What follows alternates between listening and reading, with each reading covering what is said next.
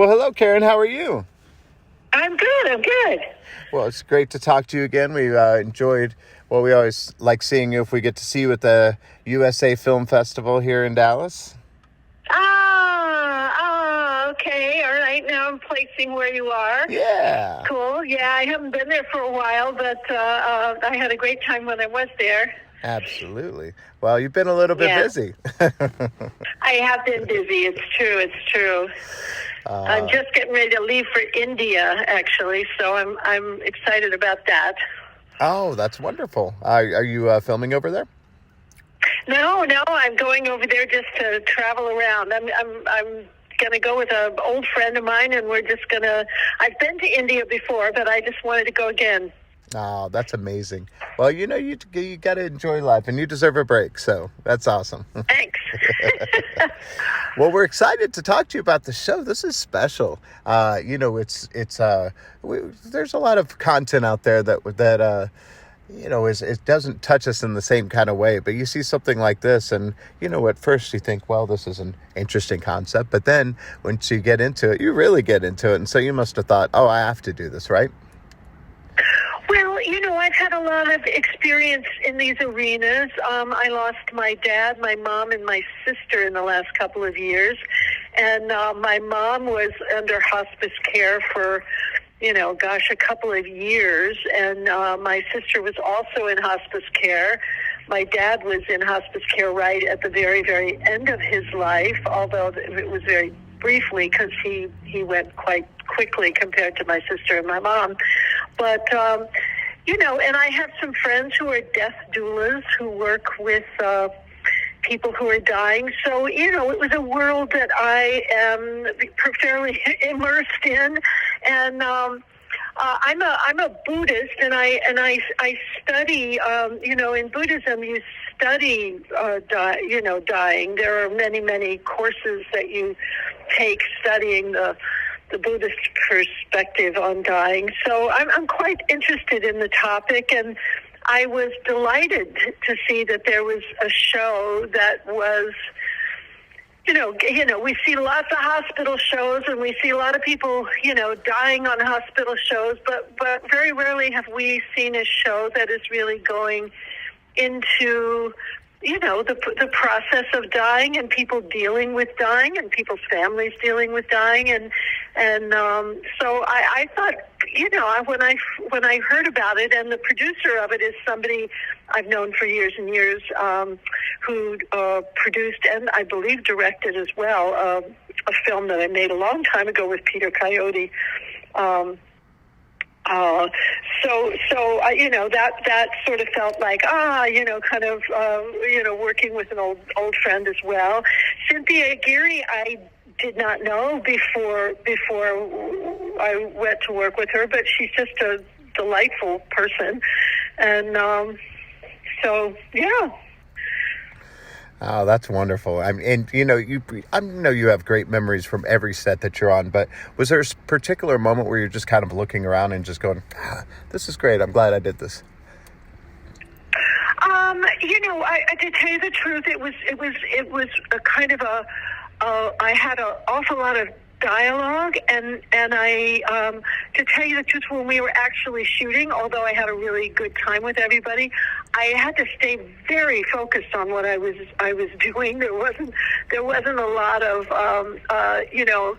time as compared to, film where you have a little bit more time. Television, moves along quite quickly. So I had a really good time shooting it. I think toward the very end, when we finished a lot of the dialogue in the house between Cynthia Aguirre and myself, we had a shot that we did outside. We were sitting out looking it was as though we were on the porch, although we shot it someplace else. And, we were there for a while they set up the shot. They had to move all the equipment. It was a change in location and stuff. And she and I just chatted and got to know each other a bit, and it was lovely. That's probably the one that stands out for me the most. But yeah, you have a lot of stuff to learn. So my character kind of is a bit talkative, Yeah. to say the least. Well, speaking of, having a little bit more time on film, you got to be happy to get a closing chapter of the Indiana Jones saga. I mean, that's something that's meant a lot to a lot of us, and a lot to you. Yeah, I mean, yes and no. I mean, yes and no. I was happy. For a number of years, my character was going to be a very major character in the last episode, and then when Steven decided he was going to let go of directing it, and James Mangold came in, who I didn't know, and he hired some writers, and they started from scratch, and I didn't know those writers, and I didn't really know people at Disney, and somehow, all of a sudden, I was kind of on the sidelines of the film, and so there was a real mix of feelings. Yes, happy to be, to come back into it and for us to end up together, but sad to not have been given a more major role to play in the final film, because, the last time we've seen them, the two of them are getting married, and I think not only myself, but probably, any fans of the films were expecting somehow that Marion would have a larger, she's such an interesting, vital character, and, from my perspective, I would have liked to have seen, where her life was, I would like to know more about her world and her life, and gone through the, obviously they just decided to, create a story in which they lost their son, and we really don't get to see much of that through her eyes. So, yeah, I mean, I can't pretend, or I won't pretend to say I wasn't disappointed, but that's how the cookie crumbles, as they say, I guess. That is true. But you know what? Like, you've always been a joy to see on screen, no matter how much we get to see you on screen. And people look up at that screen and have for years and have thought, that's what I want to do. And so what kind of advice do you give to people that want to follow in your footsteps? To be an actor? Yes. Mm-hmm. I would say, start in the theater, do as much work as you can, learn your craft, study with really good teachers and work with really good young actors, and then, go, my grandmother always said to me, aspire to what you admire.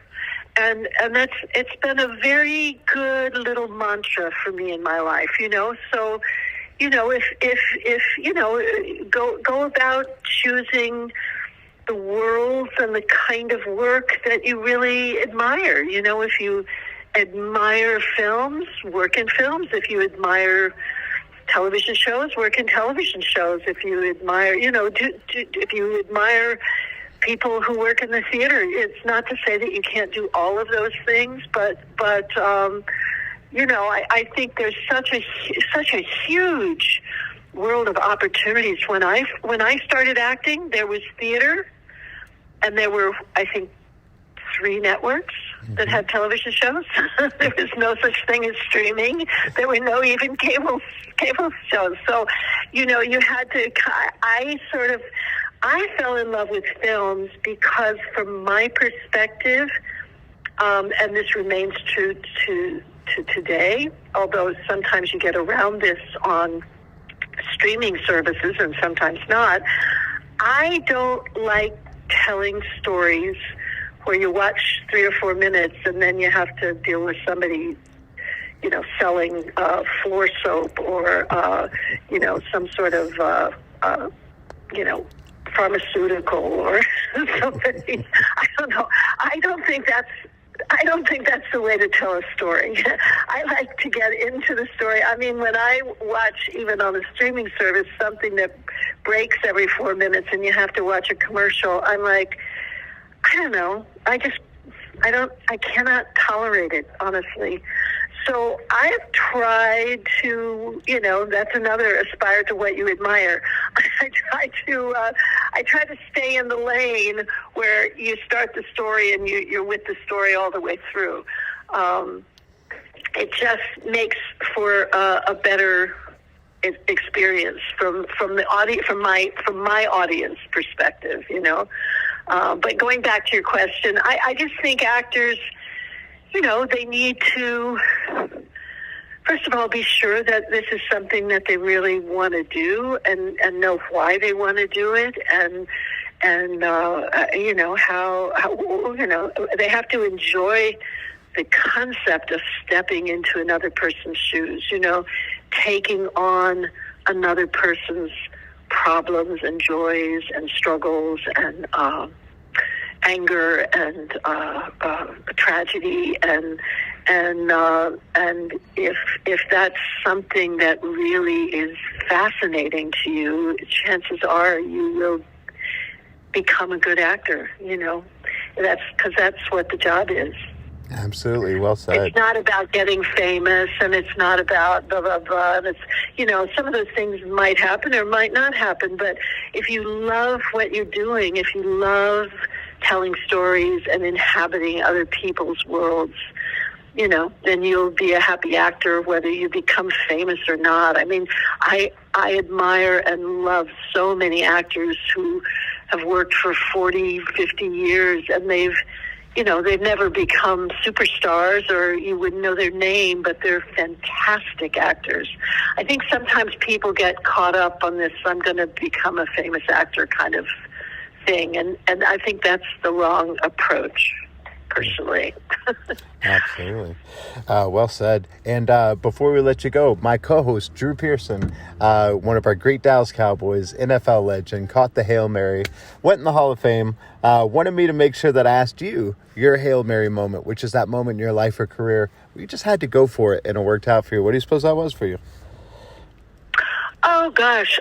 You mean as though there were only one? Yeah, there were so many. That's right. I mean, I suppose going back to, when I first moved, I had been in New York at school, and then I moved back to Washington, D.C., started working in the theater, and then I came back to New York, and I wanted to work in the theater, and honestly, I had no idea that film seemed a million miles away from my life. I'd never met a person who'd ever worked in a film, or I'd never been on a film set or even thought about doing a film. My whole ambition was to make money living in the theater, to be able to make a living working in the theater. And I walked out of an acting school where I was studying, and I saw on a bulletin board a little 3x5 card, and it said, feature film casting college-age actors and actresses, send picture and resume. And I just wrote it down, put it in the mail. I got a call a couple days later. They told me to come to a building on Park Avenue. I went up to an office. It was Universal Studios. The film was Animal House. I walked in the room. The casting director came over to me. I'd been in New York, a few months. And she said, I know you don't have an agent. I know you're not in the union, but I'm taking you in to meet John Landis because you're my girl. And she gave me a couple of pats on the shoulder and grabbed a hold of me and took me in to meet John Landis. And I started a little audition process for the role of Katie. I think I went back and met them 2 or 3 other times. I had never put anything on film. There was some resistance to me at Universal because I had no experience, but John Landis flew me out to Los Angeles, and I auditioned in front of the Universal executives, and it really was, it's these moments where what was really interesting about it is I spoke to the casting director years later, and she said, the amazing thing, Karen, is that 3x5 card was on that bulletin board for 2 weeks, and you were one of maybe 10 people who got in touch with us. And there were literally, I would say, 500 actors that walked in and out of this acting school every day. It was a very well-known, established acting school, and I just was one of those people who happened to look up, not only glance up and see the 3x5 card, but follow through, write down the address, follow through, send my picture and resume, and it created a whole new possibility for me that I didn't even know I wanted, but which has certainly been a real joyful experience in my life. So that's that moment. That's beautiful. Well, I'm certainly happy that happened because, now we've had you in so many great roles, including this one, which we're going to tell everyone to check out. And we really, really appreciate your time today and hope you have the best time in India. And thanks. And I look forward to talking to you again soon. And hopefully we'll get you back in the great state of Texas sometime soon. Yeah. I'd love to do that. I'm always. I hear from the USA Festival folk. I do jury duty for them sometimes online. So the plan is that I will eventually come back. And I have a cousin who lives there who I adore. Who I'm also very motivated to get there so I can see her. Oh, that's wonderful. Well, great. We'll have the best time, and we'll look forward to talking to you again sometime very soon. Okay, thanks. Okay.